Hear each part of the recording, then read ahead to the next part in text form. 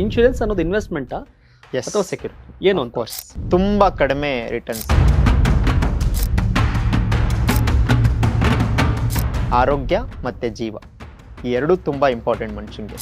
ನನಗೆ ಯಾವುದೇ ಸಮಯದಲ್ಲಿ ಏನಾದರೂ ಅನಾರೋಗ್ಯ ಬರ್ಬೋದು, ಆಗ ನಾನು ಹೂಡಿಕೆ ಮಾಡಿರೋ ದುಡ್ಡನ್ನ ತೆಗಿಬಾರ್ದು. ಮ್ಯೂಚುವಲ್ ಫಂಡ್ ಸೇಫಾ ಇಲ್ಲ ಪೋಸ್ಟ್ ಆಫೀಸು ಮತ್ತಲ್ಲೆಲ್ಲ ಎಫ್ ಡಿ ಮಾಡೋದು ಸೇಫಾ ಅನ್ನೋ ಒಂದಷ್ಟು ಪ್ರಶ್ನೆ ಇದೆ Correct. ಸರ್.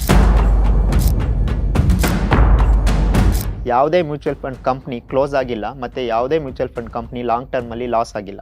ಜನರಿಗೆ ಸಜೆಸ್ಟ್ ಮಾಡ್ತೀರಿ ಮನಸ್ಥಿತಿ ಅಥವಾ ನಿಮ್ಮ ಏಜ್, ರಿಸ್ಕ್ ತಗೋಬೇಕಾ? ರಿಸ್ಕ್ ತಗೋಬೇಕಾ ಅನ್ನೋದಾದ್ರೆ, ಮತ್ತೆ ನಿಮ್ಮ ಪರಿಸ್ಥಿತಿ ಹೇಗಿದೆ, ನೀವು ಫ್ಯಾಮಿಲಿಯ ನಿಮ್ಗೆ ಎಷ್ಟು ಜನ ಡಿಪೆಂಡ್ ಆಗಿದ್ದಾರೆ, ನಿಮ್ಗೆ ಎಷ್ಟು ಏಜ್ ಆಗಿದೆ, ನೀವು ಆಲ್ರೆಡಿ ರಿಟೈರ್ಮೆಂಟ್ ಸ್ಟೇಜ್ ಅಲ್ಲಿ ಇದ್ದೀರಾ, ಸೊ ಅವಾಗ ನೀವು ರಿಸ್ಕ್ ತಗೊಳ್ಳೋದಕ್ಕೆ ಅರ್ಥ ಇಲ್ಲ. ಎಸ್, ಬಹಳ ಜನಕ್ಕೆ ಕಾಡೋ ಪ್ರಶ್ನೆ ನಮಗೆ life insurance, term insurance, mutual fund, health Correct. Insurance ಇವೆಲ್ಲ ಒಂದಷ್ಟು ಇನ್ಶೂರೆನ್ಸ್ ಸೆಗ್ಮೆಂಟ್ ಕೂಡ ಯೋಚನೆ ಮಾಡ್ತಾರೆ. ಇನ್ವೆಸ್ಟ್ಮೆಂಟಾ ಇನ್ಶೂರೆನ್ಸ್ ಅನ್ನೋದು ಇನ್ವೆಸ್ಟ್ಮೆಂಟಾ ಎಸ್ ಅಥವಾ ಸೆಕ್ಯೂರಿಟಿ ಏನು ಅಂತ? ಕೋರ್ಸ್ ಇದು ತುಂಬಾ ವ್ಯಾಲ್ಯೂಬಲ್ ಕ್ವಶನ್ ಕೇಳಿದ್ರಿ ಸರ್. ನಾವು ಈಗ ಮೊದಲ ಇನ್ವೆಸ್ಟ್ಮೆಂಟ್ ಹಂಗೆ ನಾವು ಇನ್ಶೂರೆನ್ಸ್ ಕಟ್ತಿದ್ವಿ, LIC Correct. ಕಟ್ತಾ ಇದೀವಿ, ಕರೆಕ್ಟ್. ತಿಂಗಳಿಗೆ ಎಷ್ಟು ಕಟ್ತೀವಿ, ವರ್ಷಕ್ಕೆ ಎಷ್ಟು ಕಟ್ತೀವಿ ಅಂತ ಹೇಳೋರು ಇವತ್ತು ಏನಾದ್ರೂ ಇನ್ವೆಸ್ಟ್ಮೆಂಟ್ ಮಾಡಿದಿರಾ ಅಂತ ನನ್ನ ಕ್ಲೈಂಟ್ಸ್ ಕೇಳಿದ್ರೆ, ಹೌದು ಸರ್ LIC ಇದೆ ಅಂತ ಹೇಳ್ತಾರೆ. ಸೊ LIC ನಮ್ಮ ಜನರ ತಲೆ ಅಷ್ಟು ಪರಿಣಾಮ ಬೀರಿದೆ. ಸೊ ನಾನು ಆಗ್ಲೇ ಹೇಳಿದೆ, ಈ ಟ್ರೆಡಿಷನಲ್ ಪ್ಲಾನ್ಸ್ಗಳಲ್ಲಿ ಅದೊಂದು ಆ ವರ್ಗಕ್ಕೆ ಸೇರುತ್ತೆ. ತುಂಬಾ ಕಡಿಮೆ ರಿಟರ್ನ್ಸ್ ಅಥವಾ ಸೆಕ್ಯೂರ್ ಇನ್ವೆಸ್ಟ್ಮೆಂಟ್ ಅಲ್ಲಿ ಬರುತ್ತೆ, ಬಟ್ ತುಂಬಾ ಕಡಿಮೆ ರಿಟರ್ನ್ಸ್ ಬರುತ್ತೆ. ಹಾಗಾಗಿ ಅದನ್ನ ನಾನು ಪ್ರಿಫರ್ ಮಾಡಲ್ಲ. ಬಟ್ ಇನ್ಸೂರೆನ್ಸ್ ಬಗ್ಗೆ ನೀವು ಮಾತಾಡಿದ್ರಿ. ಸೊ ಇನ್ಸೂರೆನ್ಸ್ ಯಾವುದೇ ವ್ಯಕ್ತಿ ತನ್ನ ಇನ್ವೆಸ್ಟ್ಮೆಂಟ್ ಜರ್ನಿನ ಸ್ಟಾರ್ಟ್ ಮಾಡೋಕ್ಕೂ ಮುಂಚೆ ಇನ್ಸೂರೆನ್ಸ್ನ ಹೊಂದಿರಬೇಕು. ಇನ್ಸೂರೆನ್ಸ್ ಅಲ್ಲಿ ಮೇಜರ್ ಎರಡು ಇನ್ಸೂರೆನ್ಸ್ ಟೈಪ್ಸ್ ಬರುತ್ತೆ, ಹೆಲ್ತ್ ಮತ್ತೆ ಲೈಫ್, ಆರೋಗ್ಯ ಮತ್ತೆ ಜೀವ. ಈ ಎರಡೂ ತುಂಬಾ ಇಂಪಾರ್ಟೆಂಟ್ ಮನುಷ್ಯನಿಗೆ. ಸೊ ಈ ಎರಡಕ್ಕೋಸ್ಕರನೇ ಜೀವನ ಪೂರ್ತಿ ಹೊಡೆದಾಡೋದು. ಅದಕ್ಕೆ ಬ್ರಿಡ್ಜ್ ಆಗಿ ನನ್ನ ಮನಿ ಬರುತ್ತೆ. ಸೊ ಹಾಗಾಗಿ ನಾನು ಈಗ ಇನ್ವೆಸ್ಟ್ಮೆಂಟ್ ಶುರು ಮಾಡ್ತಾ ಇದ್ದೀನಿ ಜರ್ನಿನ ಅಂತ ಅಂದಾಗ, ನನ್ನ ಹೆಲ್ತ್ಗೆ ಏನೇ ಆದ್ರೂ ಒಂದಷ್ಟು ಕಂಪ್ನಿಗಳಿದಾವೆ ಜೀವ ವಿಮೆ ಕೊಡುವಂಥವು. ಸದ್ಯಕ್ಕೆ ಈಗ 24+ ಇನ್ಸೂರೆನ್ಸ್ ಕಂಪ್ನೀಸ್ ಇದಾವೆ. ಆ ಕಾಂಪಿಟೇಷನ್ಸ್ ಕೂಡ ಇದೆ. ನಮ್ಮ ಕಡಿಮೆ ಪ್ರೀಮಿಯಂ ಅಲ್ಲಿ ಒಂದು ಹೆಲ್ತ್ ಇನ್ಸೂರೆನ್ಸ್ ಮಾಡಿಸ್ಕೊಂಡ್ರೆ ನನಗೆ ಮತ್ತೆ ನನ್ನ ಫ್ಯಾಮಿಲಿಗೆ, ನನ್ನ ಯಾವುದೇ ಸಮಯದಲ್ಲಿ ಆ ಕಂಪ್ನಿ ಬಂದು ನನ್ನ ಪರವಾಗಿ ಹಾಸ್ಪಿಟ್ಲಲ್ಲಿ ಪೇ ಮಾಡುತ್ತೆ. ಆಗ ನಾನು ಏನು ಹೂಡಿಕೆ ಮಾಡ್ತಾ ಬಂದಿರ್ತೀನಲ್ಲ, ಅಲ್ಲಿಂದ ತೆಗಿಯೋದು ತಪ್ಪುತ್ತೆ. ಸೊ ಇದಕ್ಕೆ ಹೆಡ್ಜಿಂಗ್ ಅಂತ ಕರಿತೀವಿ, ಅಂದ್ರೆ ಸೆಕ್ಯೂರಿಟಿ. ಸೊ ನಾನು ಹೂಡಿಕೆ ಮಾಡಕ್ ಶುರು ಮಾಡ್ತಾ ಇದ್ದೀನಿ, ನನಗೆ ಯಾವುದೇ ಸಮಯದಲ್ಲಿ ಏನಾದರೂ ಅನಾರೋಗ್ಯ ಬರ್ಬೋದು, ಆಗ ನಾನು ಹೂಡಿಕೆ ಮಾಡಿರೋ ದುಡ್ಡನ್ನ ತೆಗಿಬಾರ್ದು. ಯಾಕೆ ಅಂದ್ರೆ ಕಾಂಪೌಂಡಿಂಗ್ ಆಗ್ತಾ ಹೋಗುತ್ತೆ. ಕಾಂಪೌಂಡಿಂಗ್ ಬಗ್ಗೆ ಮುಂದೆ ಹೇಳ್ತೀನಿ. ಸೊ ಆ ಕಾಂಪೌಂಡಿಂಗ್ ಹಾಳಾಗದೆ ಇರೋ ತರ ನೋಡ್ಕೊಳ್ಳೋದಕ್ಕೆ ನನಗೆ ಇನ್ಸೂರೆನ್ಸ್ ಬಹುಮುಖ್ಯ. ಅದೇ ರೀತಿ term insurance one of the best investment under ಅಲ್ಲಿ ಬರುತ್ತೆ ಟರ್ಮ್ ಇನ್ಶೂರೆನ್ಸ್. ಇದು ಹೇಗಪ್ಪ ನಾನು ಸತ್ ಮೇಲೆ ಬರೋ ದುಡ್ಡಿಗೆ ಬೆಸ್ಟ್ ಇನ್ವೆಸ್ಟ್ಮೆಂಟ್ ಅಂತ ಹೇಳ್ತಾ ಇದ್ದೇನೆ ಅಂದ್ರೆ, ನನ್ನನ್ನು ಒಂದಷ್ಟು ಜನ ನಂಬಿರ್ತಾರೆ ಅಥವಾ ನನ್ಗೊಂದು ಫ್ಯಾಮಿಲಿ ಡಿಪೆಂಡ್ ಆಗಿರುತ್ತೆ. ಸೊ ನನಗೆ ನನ್ನ ಜೀವಕ್ಕೆ ಏನಾದರೂ ಆದ್ರೆ ಅವ್ರಿಗೊಂದಷ್ಟು ದುಡ್ಡು ಬಂದ್ರೆ, ಸೊ ಅವರ ಆರ್ಥಿಕ ಸ್ಥಿತಿ ಅಲ್ಲಿಂದ ಮೇಲ್ ಹೋಗುತ್ತೆ. ಅಥವಾ ಮಕ್ಳಿದ್ರೆ ಮಕ್ಳು ಸ್ಟಡೀಸ್ಗಾಗುತ್ತೆ, ಅವರೊಂದಷ್ಟು ಎಜುಕೇಶನ್ ಓದ್ಕೊಂಡ್ರೆ ಅವ್ರು ನೆಕ್ಸ್ಟ್ ದುಡಿಯೋಕ್ ಬರ್ತಾರೆ. ಸೊ ಅದೇ ನಾನು ಏನೂ ಪ್ಲಾನ್ ಮಾಡ್ಕೊಳ್ದಲೆ ಅಥವಾ ವ್ಯಕ್ತಿ ಮನೆ ಯಜಮಾನ ಹೋಗ್ಬಿಟ್ರೆ ಅಥವಾ ಜೀವಕ್ಕೆ ಏನಾದ್ರೂ ಆದಾಗ ಆ ದುಡಿಮೆ ಕಂಪ್ಲೀಟ್ ನಿಂತೋಗುತ್ತೆ. ಬಹುತೇಕ ಇಂಡಿಯಾದಲ್ಲಿ ಇಡೀ ಫ್ಯಾಮಿಲಿ ಒಬ್ಬ ವ್ಯಕ್ತಿ ಮೇಲೆ ಡಿಪೆಂಡ್ ಆಗಿರೋದುಂಟು. ಸೊ ಅದಕ್ಕೆ ಹೆಡ್ಜಿಂಗ್ ತುಂಬಾ ಇಂಪಾರ್ಟೆಂಟ್ ಟರ್ಮ್ ಇನ್ಶೂರೆನ್ಸ್. ಸೊ ಈ ಎರಡನ್ನು ನಾನು ಪ್ರಿಫರಬಲ್ ಮಾಡ್ತೀನಿ. ಯಾವುದೇ ವ್ಯಕ್ತಿ ಇನ್ವೆಸ್ಟ್ಮೆಂಟ್ ಜರ್ನಿ ಶುರು ಮಾಡೋಕ್ಕಿಂತ ಮುಂಚೆ ಈ ಎರಡು ಇನ್ಸೂರೆನ್ಸ್ ತುಂಬಾ ಮುಖ್ಯ. Of course vehicle insurance government permanent ಮಾಡಿದೆ, ಅದನ್ನ ಚೆಕ್ ಮಾಡ್ತಾರೆ ನಮ್ಮ ಪೊಲೀಸರು. ಸೊ ಹಾಗಾಗಿ ಅದನ್ನ ಮಾಡಿಸ್ಕೊಳ್ತಾರೆ. ಸೊ ಎರಡಕ್ಕೂ ಕಂಪಲ್ಸರಿ ಇಲ್ಲ, ಹಾಗಾಗಿ ಜನಕ್ಕೆ ಅಷ್ಟು ರೀಚ್ ಆಗಿಲ್ಲ. ಸೊ ಇವೆರಡು ನಾನು ಯಾವಾಗಲೂ ಜನಕ್ಕೆ ಕೇಳೋದು, ನಿಮ್ಮ ಇನ್ವೆಸ್ಟ್ಮೆಂಟ್ ಜರ್ನಿ ಶುರು ಮಾಡೋಕ್ಕಿಂತ ಮುಂಚೆ ದಯವಿಟ್ಟು ಹೆಲ್ತ್ ಮತ್ತೆ ಟರ್ಮ್ ಇನ್ಶೂರೆನ್ಸ್ ನ ಮಾಡ್ಕೊಳ್ಳಿ. ಹೆಲ್ತ್ ಟರ್ಮ್ ಇನ್ಶೂರೆನ್ಸ್ ಬೇಕೇ ಬೇಕು. ಕಂಪಲ್ಸರಿ. ಯಾವ ಕಂಪ್ನಿ ಅನ್ನೋದೆಲ್ಲ ಅವರ ನಿರ್ಧಾರ. ಅದರಲ್ಲಿ ನೋಡ್ಕೊಂಡು ಮಾಡ್ಬೇಕಾಗುತ್ತೆ. ಅದಕ್ಕೆ IRDA ಬೋರ್ಡ್ ಇದೆ, ರೆಗ್ಯುಲೇಟರಿ ಇದೆ, ನೋಡ್ಕೊಳ್ಳುತ್ತೆ, ಸೆಕ್ಯೂರ್ ಇದೆ, ಖಂಡಿತ ಮಾಡ್ಬೋದು. ಎಸ್, ಇನ್ನೊಂದಷ್ಟು ಕಾಡೋ ಪ್ರಶ್ನೆ ಮ್ಯೂಚುವಲ್ ಫಂಡ್ಸ್ ಬಗ್ಗೆ ಒಂದಷ್ಟು ಜನ ಕೇಳ್ತಿರ್ತಾರೆ ಪ್ರಶ್ನೆಗಳನ್ನ.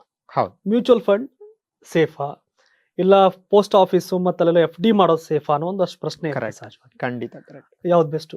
ಸೊ ನಾನು ಆಗ್ಲೇ ಹೇಳಿದೆ, ಎರಡು ತರ ಇನ್ವೆಸ್ಟ್ಮೆಂಟ್ ಬರುತ್ತೆ, ಒಂದು ಟ್ರೆಡಿಷನಲ್, ಒಂದು market return. So mutual fund market return under ಅಲ್ಲಿ ಬರುತ್ತೆ. ಮಾರ್ಕೆಟ್ ಏನ್ ಕೊಡುತ್ತೋ, ಈ ವರ್ಷದ ರಿಟರ್ನ್ ಅಥವಾ ಈ ತಿಂಗಳ ರಿಟರ್ನ್ ಅಲ್ಲಿ ಮಾರ್ಕೆಟ್ ಹೇಗೆ ಮೂವ್ ಆಗಿದೆ ಅಥವಾ ಅದಾಗಿ ಗಳಿಸಿದೆಯಲ್ಲ, ಅದ್ರ ಬೇಸ್ ಮೇಲೆ ಮ್ಯೂಚುವಲ್ ಫಂಡ್ ರಿಟರ್ನ್ಸ್ ಕೊಡುತ್ತೆ. ಆದ್ರೆ ಟ್ರೆಡಿಷನಲ್ ಪ್ಲಾನ್ಸ್ ಇವೆಲ್ಲ ಪೋಸ್ಟ್ ಆಫೀಸ್ ಮತ್ತೆ FD ಎಲ್ಲ ಫಿಕ್ಸ್ಡ್ ರಿಟರ್ನ್. ನಾನು ವರ್ಷಕ್ಕೆ ಇಷ್ಟು ಕೊಡ್ತೀನಿ ಅಂತ ಬಾಂಡ್ ಮಾಡ್ಕೊಟ್ಟಿರ್ತಾರೆ, ಅದರ ಮೇಲೆ ₹1 ಜಾಸ್ತಿ ಕೊಡಲ್ಲ, ₹1 ಕಮ್ಮಿ ಕೊಡಲ್ಲ.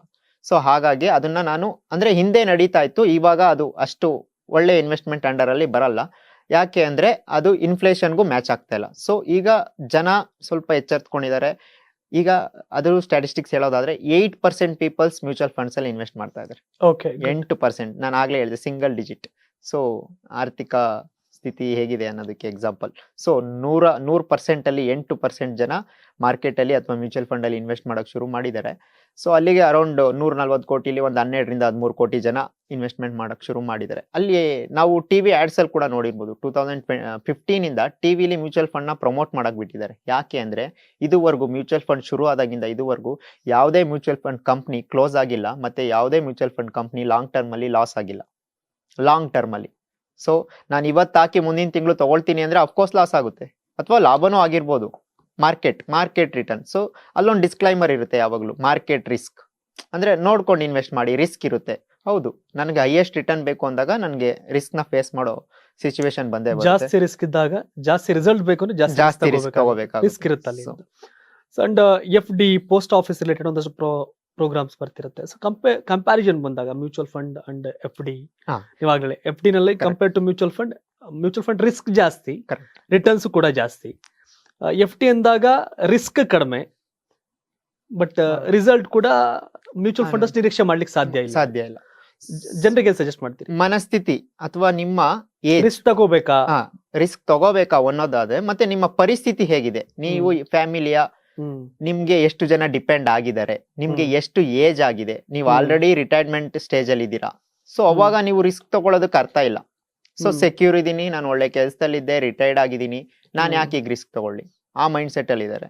ಸೊ ಅವರು ಪೋಸ್ಟ್ ಆಫೀಸ್ಗೆ ಹೋಗ್ಬೋದು, ಅಥವಾ ಇನ್ವೆಸ್ಟ್ಮೆಂಟ್ ಫಿಕ್ಸ್ಡ್ ಡೆಪಾಸಿಟ್ ಅಲ್ಲಿ ಇಟ್ಟು ಆರಾಮಾಗಿ ಪೀಸ್ಫುಲ್ ಲೈಫ್ ನ ಲೀಡ್ ಮಾಡ್ಬೋದು.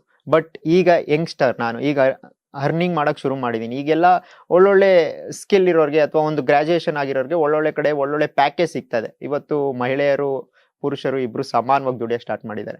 20,000ದಲ್ಲಿ ನಿಮ್ ಜರ್ನಿ ಶುರು ಆಗ್ತಾ ಇದೆ ಅಂದ್ರೂ, 20,000ದಲ್ಲಿ ನಿಮ್ ಜರ್ನಿ ಶುರು ಆಗ್ತಾ ಇದೆ ಅಂದ್ರೂ, ನೀವು 10,000ನ ಅಂದ್ರೆ 50% ನಿಮ್ಮ ಗಳಿಕೆನ ಇನ್ವೆಸ್ಟ್ ಮಾಡ್ಬೋದು. ಮಾರ್ಕೆಟ್ ರಿಸ್ಕ್ ತಗೋಬಹುದು. ಅಂದ್ರೆ ಈಗ ರಿಸ್ಕ್ ತಗೊಳ್ಳಿಲ್ಲ ಅಂದ್ರೆ ಇನ್ಯಾವಾಗ, 20ನೇ ವರ್ಷದಲ್ಲಿ ರಿಸ್ಕ್ ತಗೊಳ್ಳಿಲ್ಲ ಅಂದ್ರೆ ಮತ್ತೆ ಇನ್ಯಾವಾಗ ತಗೊಳ್ತೀರಾ? ಸೊ ಮತ್ತೆ ಇನ್ಯಾವಾಗ ಶ್ರೀಮಂತರಾಗ್ತೀರಾ?